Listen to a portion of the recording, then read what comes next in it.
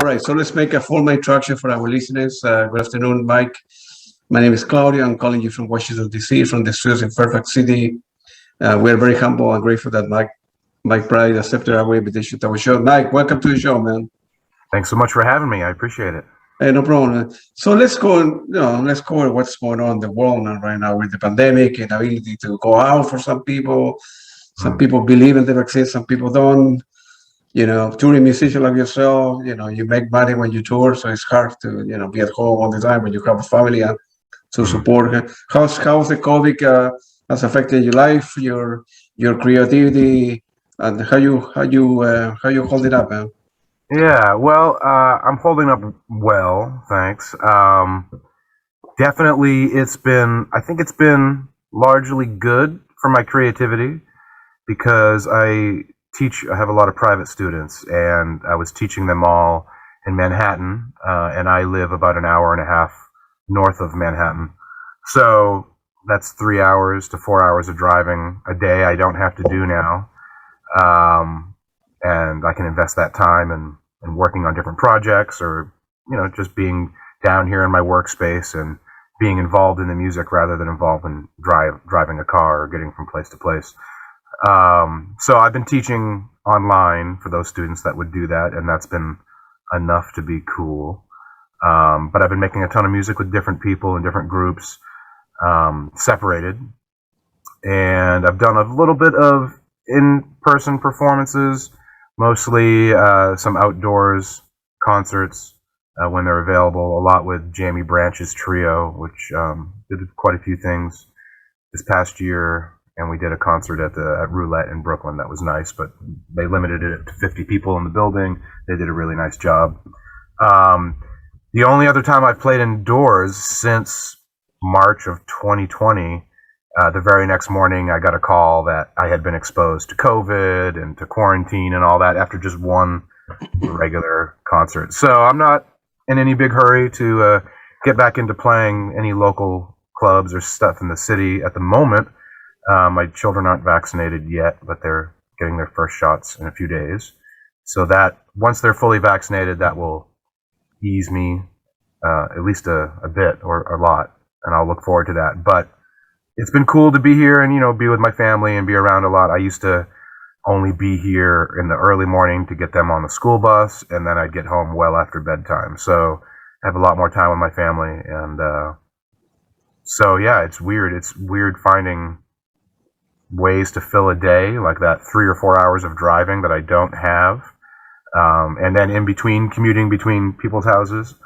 Yeah, it's been weird trying to find a routine. And I don't think I have found one yet that works, but I get a lot of time working on music super late at night like I would have in the past, but now I can do it midday as well. And I'm not sure I'll ever find a routine before I have to start going to the city again 5 days a week. That's fine.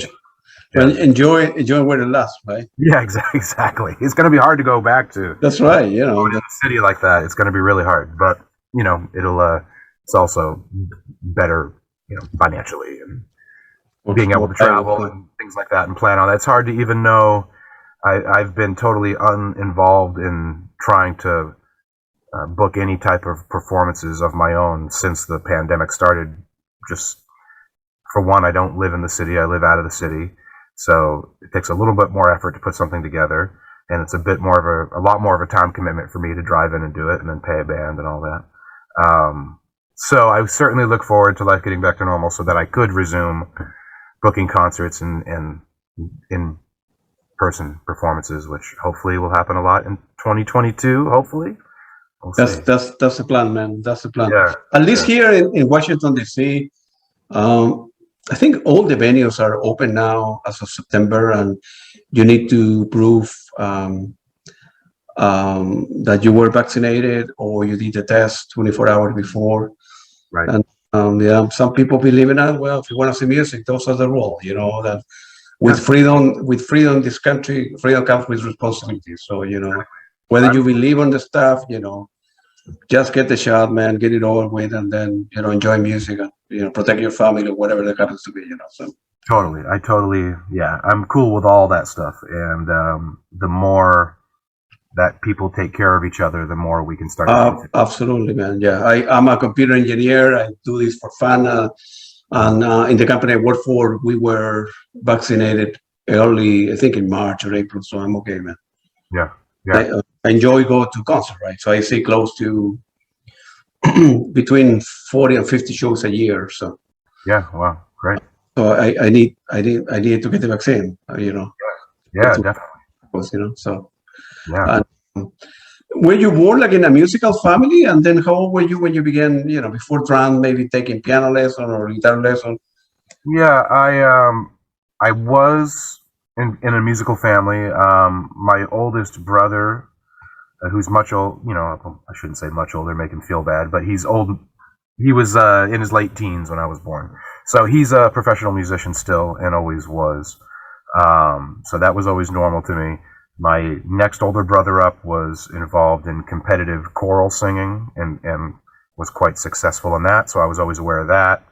He was also involved in musical theater, which I was as well as a little kid, basically until puberty. And then I thought that was not the coolest thing in the world, and I got out of musical theater, but I loved it before puberty probably, and or hormones. And my mother played clarinet and listened to a lot of music in the house. Yeah. My dad did not show any proclivities towards music whatsoever. I think he probably doesn't care about music so much. But yeah, a lot of music in the family, and I started playing guitar, studying with my older brother when I was 4, I think, 4 or 5, started taking guitar lessons. Did that for a while. And then in middle school, I started playing trombone. And after a year or 2, I wanted to switch to the saxophone. I wasn't allowed to because there were already too many saxophone players. So I joined the drum department in 5th or 6th grade, just because another friend of mine who I liked was in the drum section, so I decided to go with him. And then that stuck. And, I studied just the stuff you would have to in concert band. So, glockenspiel, snare drum, concert bass drum, and then started getting into drum set stuff, in junior high school with like jazz band type stuff. And always had private teachers, always had some pretty nice, great foundational private teachers that my parents were nice enough to send me to every week. So always studied, but I was never too serious about it until maybe junior high. I started thinking about the possibility of being a musician, and my older brother all along had made his living as a musician, so it always seemed possible. But I wasn't. I thought I understood jazz in some way because of playing in quote jazz band, which involved very little improvisation as it is. And then when I eventually moved to New York, realized I was super uneducated and unexperienced as a jazz musician. But I looked this old when I was 20, so people thought I was much older than I was. So I quickly got to play with some older people and found my way quickly, I think. So.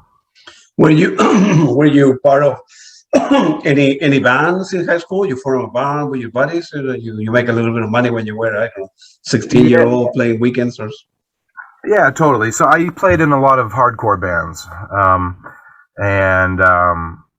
so I always did that. And then I also made lots of kind of experimental noise music in my parents' basement. Lots of the time by myself, lots of the time just making pieces on a cassette 4-track that I used all the time. Like I was probably making recordings and compositions and sound collages, maybe like an average of 3 to 4 hours a day, every day from the age of 14 until 20. I really, really loved it. Still do. So I would involve my friends in that who were not necessarily the most musically educated people. So we would kind of goof around, and then I would experiment with sounds, kind of. So I always did that, and I played in like regular hardcore bands that were, somewhat popular and would open up for a national hardcore band that would come to Maine, where I grew up. Occasionally we would open up. So that was cool, but I never really did anything of my own aside from what I did in the basement. I did one performance one time at an art gallery in Portland, Maine that was, I'm sure, extremely bizarre. but I never felt the need to have to do that. All along, however, I would substitute for my drum teacher for musical theater productions, for like wedding bands, things like that. So I did make, looking back now, I made great money as a musician on the weekends, playing weddings or musical productions, theater productions. I just didn't realize how lucky I was when I was that young. It was before the DJ thing kind of took over so far as functions and things like that. And I guess being in Maine, I didn't realize that people pay a lot of money to get married in Maine. I grew up in Maine, so it didn't seem like a big deal to me. But then moving to New York and seeing what people were getting paid to do the same work I was doing poorly at 14, I had it really, really good. So I was fortunate to do really crazy shit and then do really normal wedding band stuff with my older brother and whatnot. And yeah, good for you. Do what you like and make some money. yeah, What's wrong exactly. with that? Yeah, I don't even remember what I spent the money on. I'm sure CDs and records and movies. Records. Yeah, books. A new drum set, a new snare, or Yeah, exactly. Yeah, my parents never were not buying equipment for me, so yeah, everything was filtered back into my musical education in some way. I was never a smoker or a kind of party kid. That was never my thing. So I would see how much money my friends would spend on whatever, booze or cigarettes or weed or whatever, and then my weekly expenditures for that could be zero. So it was, they could spend their money on that, and I could go out and buy like heavyweight champion of the world John Coltrane box set on Atlantic or something. So, of course, yeah. What kind of music? When you were like 18, what kind of music were you listening at the time? Was I don't know, to throw some name, was Pink Floyd important to you? Led Zeppelin, Genesis, any of the band, or you were in the more hardcore stuff? I was definitely into like straight edge hardcore music. So, are you familiar with what straight edge signifies? So straight edge was like a hardcore culture. A lot of it kind of coming from DC with Discord Records and like Fugazi and Minor Threat. So these were hardcore bands who were, animal rights. They were vegan. They wouldn't wear leather. No drugs or alcohol. Like very morally defined musical community. They would draw black X's on their hands to signify I'm straight edge. So that's what I was into. However, I was also into kind of gothic industrial music, and so a lot of my friends wore like black nail polish and black eyeliner and dressed weird, super weird. I did too occasionally. But then I would also go to these hardcore shows where it was more of a tough guy scene, and I was always bigger than my art friends in some way, so I fit into both of those. However, I was always into Frank Zappa because my oldest brother is a huge Zappa acolyte, or was. I think he still is. So I was raised around it, and I never was into Pink Floyd. I never really was into Led Zeppelin beyond taking it in as part of music history.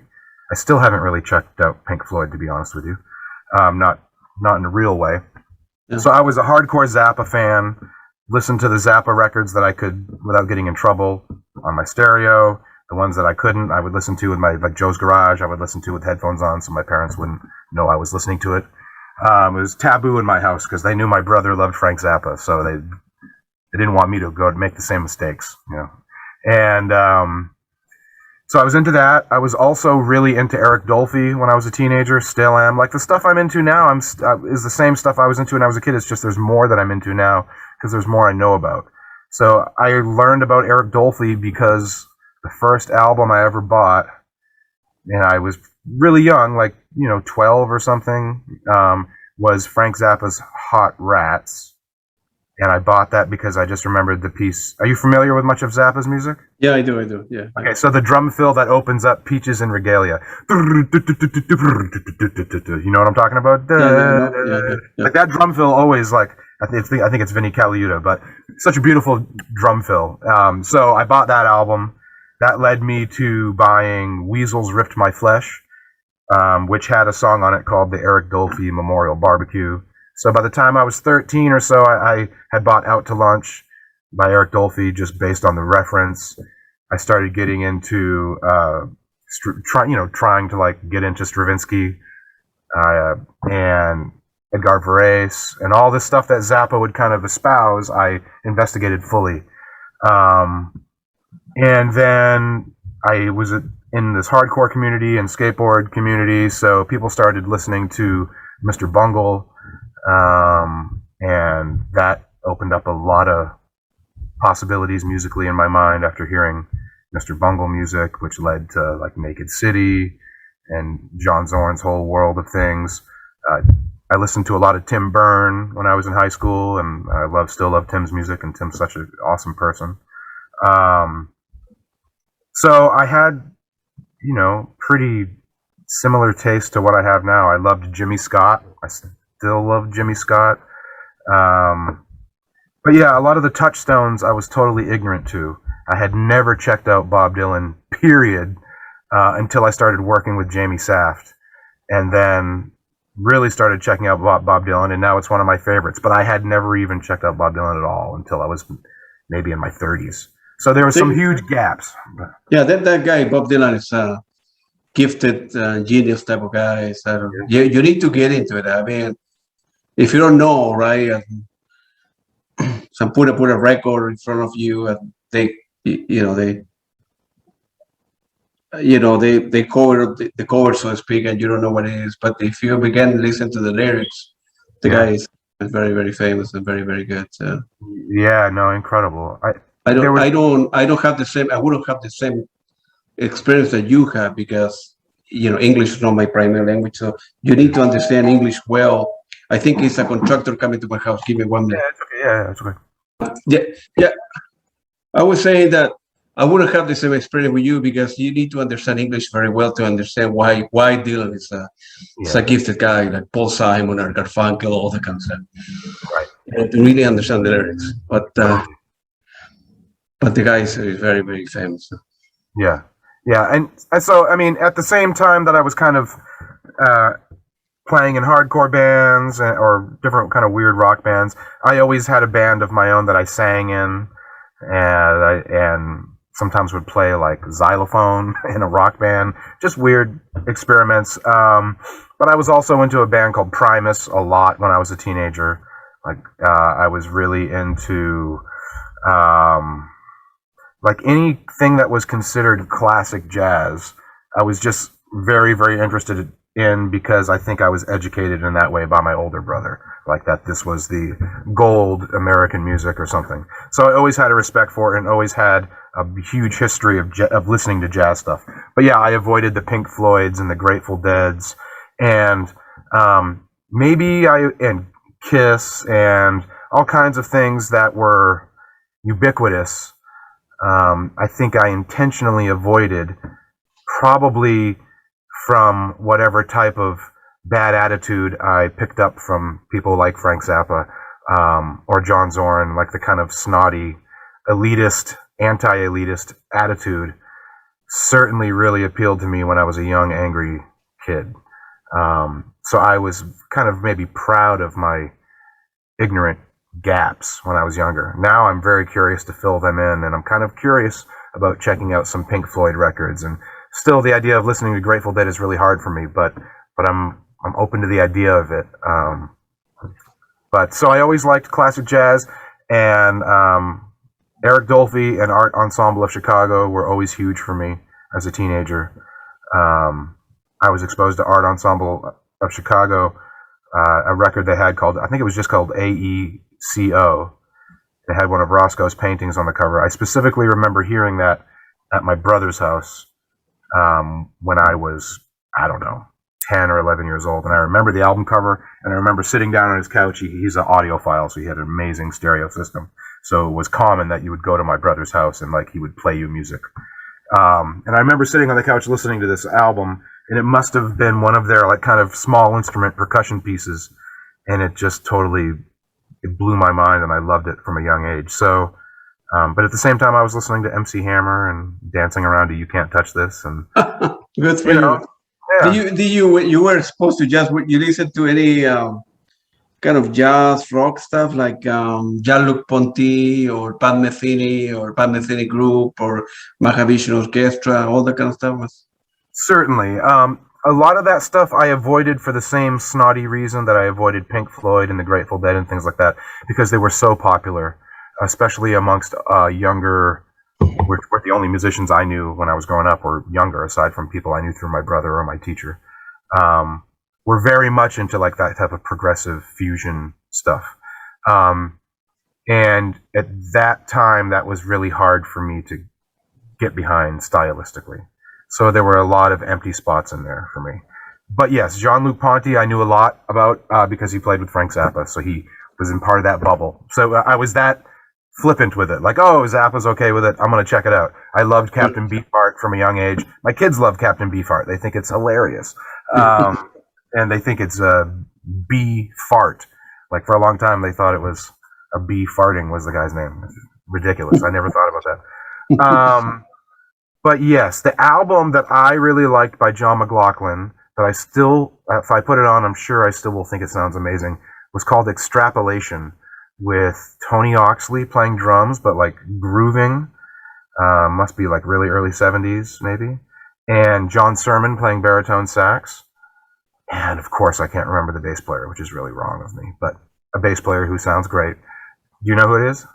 No, but I know exactly the album when you're talking about. Yeah, that's an amazing album. That's one of the classic albums. Yeah. So I love that. I love the second Mahavishnu album. I can't remember what it's called. Was that Birds of Fire? I think you might be right. Yeah. Whatever one was the second one. I liked that one a lot. But probably that type of listening for me was all like coming from like Zappa guitar solo albums, like Shut Up and Play Your Guitar and things like that. Yeah, I was more very much focused on 60s Blue Note stuff, and Impulse stuff, but like coming strictly from like a Coltrane or avant-garde side of things. And then I think I always considered the 70s to be of bad taste or something, which is hilarious because I didn't know enough about it, but at the same time I was very, very much a super fan of Anthony Braxton. So his 70s music, I think, is the pinnacle, actually. For my listening of his stuff, like that 70s stuff, totally blew my mind that he was doing, and a lot of the AACM and forward people. So I guess that was the 70s music I was listening to. Good, man, yeah. It's good that people have, different tastes. Otherwise, if everybody read the same music and the same books and do the same, we'll live in a sad and boring world, So Yeah. there's people like jazz, there's people that like Latin music, there's people like stuff from the 80s that I do, and so it's good there's people and one of the guys that I interviewed a long time ago, he told me, well, forget about the band. There's good music about music, If you like good music, you need to check it out, a different range, and from band one, you go to another, and by the fact that we have a Spotify, you can, come across a band, and then from there you can discover more and more and more than ever in the story. So for me, I always go back to the classic, right? For me, the Pink Floyd, the Led Zeppelin, the Jean-Luc Ponty, the Pat Metheny, the Genesis, Pink Floyd, but the Depeche Mode, but I like 100, 200 different bands that I like, depending on my mood, depending on the day, depending on what I do. Yeah. And so I think there are these signposts as musical listeners, regardless of if you're a musician or not. If you're really a listener, and as you know, as somebody who clearly you love listening, like not everybody does love listening to music, but those of us that do, I think there are signposts in our kind of self-education, and it's the beginning of a new way of listening to music, and it doesn't mean that anything else means any less. It's just that here's another language that we're starting to understand, and there's this big branch. So, I think a lot of that just depends on a generational thing, and when you're first hearing things early enough so that you're not putting your own prejudice on them, or social prejudice, So, and I guess the only thing that would make the things I was exposed to and the things I had proclivities towards liking or disliking, the only thing that separated me from anybody was just that I had a serious musician in my family who was intentionally trying to educate me in a way that he felt strongly about. And some of my other friends had musicians in their families, or their dads were musicians, and they had a different, they didn't have the same signposts as me. A lot of them had more like, Led Zeppelin, Pink Floyd, Grateful Dead, Rolling Stones, which was great too. And those people were into different things. Those people played rock beats better than I did, for a while. And I was better at being weird, or something like that. And then I think to do some really new or futuristic or like absurdist music, it's something you can either do or not do. And I think a lot of the people that I came up with who were great musicians, and where I grew up, we had lots of time. So a lot of my friends would spend 4 hours a day working on music. It wasn't just me. There was a great little community I came up with of super talented, intelligent people exploring different arts and stuff. Probably because we had so much free time, and this was pre-internet, and this was Maine, so we didn't have a whole bunch of cultural stuff going on, so you did your own thing, or you just wasted away, and some wasted away, and some did their own things. And but a lot of my friends, I think it's really hard for them that I came up with, to go into more improvisational territories, just because their background, they weren't exposed to it. They were exposed to the classic rock bands. And so it made it harder to go into those territories. If I wanted to improvise with people, I would find myself being drawn to improvise with the like performance artists or noise musicians, because they wouldn't wear their references so clearly. And I'm the type of improviser that if I'm improvising and somebody plays a really clear reference, even if I love it, it's kind of like dropping a barrier on the progress that's going on in my mind. And that's my own problem. And it's up to me to decide how to respond to that. And I think the way to respond to it is to not respond to it in most cases. But it took a long time to get the restraint, and still working on it, to not have to pocket it back at them, Yeah, several musicians I interview, they told me that it never occurred to me, but because I'm not a musician, right?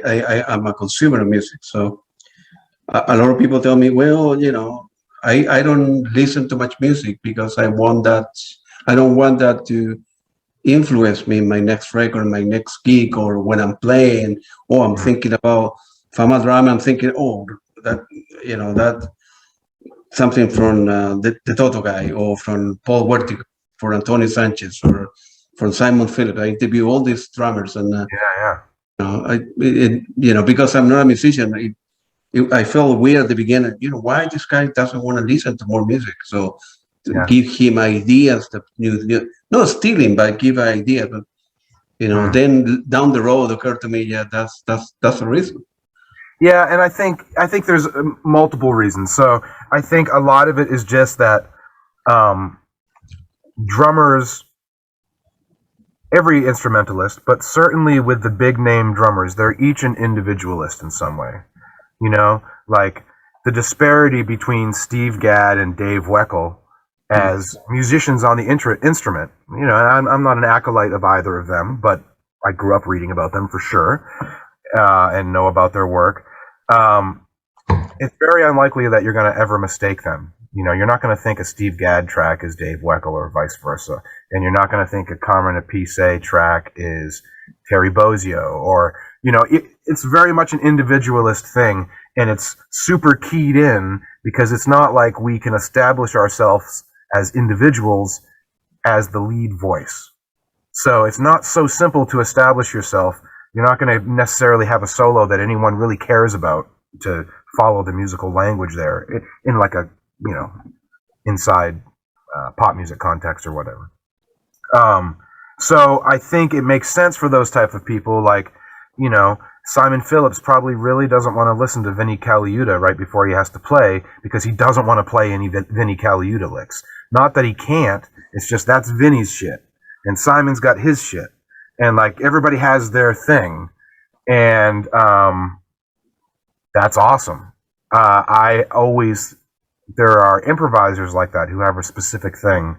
And I'm sure I have some specific things, but I always felt like I couldn't be one of those people who does a specific thing. Like, I want to refract and reflect everything, whether it's the sound of, me putting my glass down or the wind blowing outside. Like, I want to reflect all that all the time.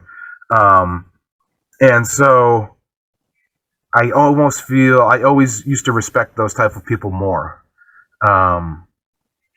Nowadays, I used to feel the same way. If I was going to do a concert, I wouldn't want to hear anything, let alone some like serious music right before I had to play. I wanted to be of myself, clear. Sometimes I might still feel like that. Sometimes, the other day I had to do something and I wanted to get a little bit more pumped up, so I put on like a new R&B record, and just to get me pumped up. I didn't think about the drumming at all. Just like as you would listen to it, I listened to it as music, and it made me feel good, which got me ready to do some work. But I've certainly been around musicians. I was one time at Tony Malaby's house doing a session, and I think I brought up Gatto Barbieri, I think. And it totally fucked Tony up, and he was like, "Man, why'd you have to bring up Gatto? Now I'm going to have to play all this Gatto shit, and I won't be able to help but sound like Gatto." And then we played something, and when we were done, he was like, "See, I told you, you ruined it." I'd never experienced that before, where just mentioning somebody's name was that much of a oppressive force on somebody of the same instrument. But I get it now. I was young. I get it. But that type of stuff doesn't bother me. We could, I would love to listen to Tony Williams and then go up and play. I'm still going to play my stuff, but, it's just like checking in with these masters. I feel strong enough in my own voice and ideas and the way I hear things that I never feel the urge to play somebody else's stuff. And if I did, I wouldn't even know it. It's just like, for me, it's just one big well of information, and I can grab onto whatever I want, whatever inspires me in the moment. And it's not referencing anything. It's part of one long thread. And that thread is made up of possibilities of everything I've ever heard my entire life, even if I judged it as being poor or badly done. It's still in there. No, absolutely, man. Absolutely. Feel free to elaborate your inspiration of memories or of the legendary punk band MDC. I know that early in your life play a big fight. I didn't know the band at all. I needed to look it up, and it's not my style of music. But as we say before, there some people don't like the jazz that I listen to, or I went to see 10,000 Maniacs last night, right? Yeah. And I'm seeing John Fogerty tomorrow. So why? Because I like the style. A lot of people don't like it. Why you listen to heavy punk and heavy rock and gothic is good, But feel free to, all my questions are open-ended, so feel free to elaborate. I'm always, I have like a set of, my interviews are different in the sense that I have like a 3 or 4 set of questions I always ask, but they're open-ended. I want to know the musician, right? If I want to, if I'm interviewing Peter Gabriel, right, or Phil Collins or yourself, I can listen to your break or ask you the same stupid question that everybody asks you, right? So for me, I want to know the person behind the instrument, before the drummer in your case, or behind the piano. That's what my question are kind of open-ended. I want to know, from your point of view, from the musician point of view. Yeah. So MDC, which I'm intentionally wearing their Multi-Death Corporation hat. That's right. If it ever heats up in my basement, I'll just wear this MDC. Yeah. This is from when I was in the band. This is a gay anarchist skinhead gash. Yeah. So that's another one of their shirts, even though it doesn't have MDC in it. When I first moved to New York, some of the first bands I did were bands with people. I didn't know anybody when I moved to New York. I knew nobody. I didn't move there. There was no community that came with me from Maine or anything. The only person I knew was a trumpet player named John Carlson, because I had studied with him at a jazz camp, and the great drummer, and John Carlson's a fantastic trumpet player, and the great drummer Matt Wilson. Those are the only 2 people I even knew, period, and just from studying with them.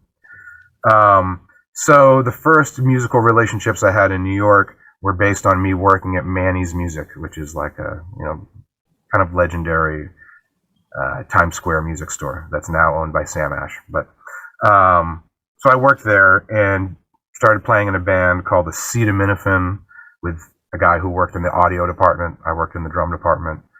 Through that band, however, I met Jonathan Moritz, who's my best friend and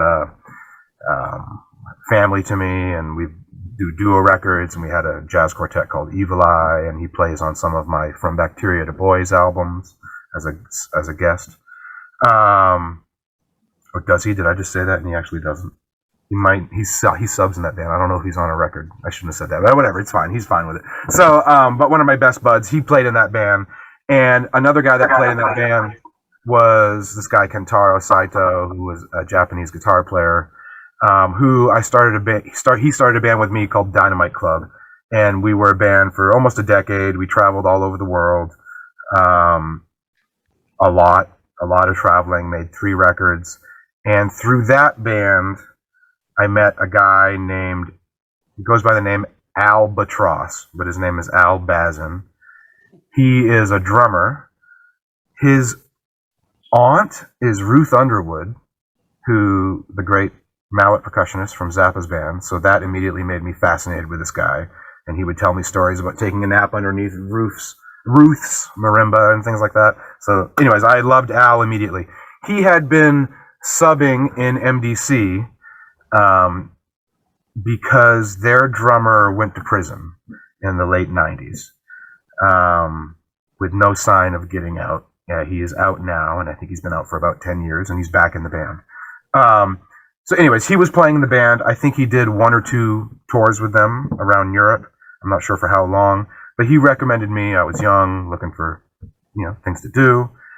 He probably assumed I knew a lot about them. I had never heard of them. As much as I was into hardcore music, I kind of looked down on punk music as being, I don't know, I don't want to say anything, but I didn't respect it. I do now. I was uneducated about it, and I didn't respect it at all. So MDC was not in my brain at all. I knew about the Dead Kennedys, and I liked them. I loved Bad Brains. Those bands were both super close with MDC, so it's weird that it never passed my radar, or my radar never picked it up. So I was just asked to audition for them. They had a tour coming up, a 90-day tour. This must have been in 2003, I think, in the spring of 2003. So I just went and auditioned with the original members, minus the drummer. I didn't prepare at all. I didn't listen to any of their music. Just showed up and kind of jammed and faked it. I knew what a punk rock beat was. Like, I could do that. So I just kind of bullshitted through the whole thing, and they must have sensed that. And Ron, the guitar player at MDC, is a very brilliant guy and intelligent and sober and all the right things. And he immediately picked up on the fact that I was a serious musician. So they had me come back the next day and audition again, but that I go home and like listen to some of the music. So I actually listened to, it might have been 28 songs, something like that, and I transcribed the drum beats and wrote them out completely and came in the next day with a big book of all their drum parts composed, which they'd never seen anything like that. That's ridiculous. They're in a punk rock band, but they loved it. And I went on tour with them like 5 days later for 90 days straight and was reading out of the big book, like on stage at a big punk rock festival in front of 10,000 people, and I've got a music stand with laminated sheets of music paper being turned really out of character for that music, but I was also half their age, and I think that made me endearing to them in some way. And they were certainly getting to a new point in their lives where they were trying to be more sober and more healthy and maybe reflect more positivity, aging and or trying to age well, I should say. And so I joined the band and I learned about them as I went. I really didn't know anything about them. In hindsight, the music is great. It's very florid. There's lots of information. They're reflecting all kinds of references. They would talk to me about hanging out at Studio Rivby at Sam Rivers' place. Meanwhile, they were, doing this punk rock music and progenitors of a certain style of thrash, a certain style of strumming the bass, particularly, they were big on. So as I went along, I learned about them, and I, grew to love them as people or hate them as people. In this case, there's nobody I hated in the band. I loved all those guys. And I think, and I'm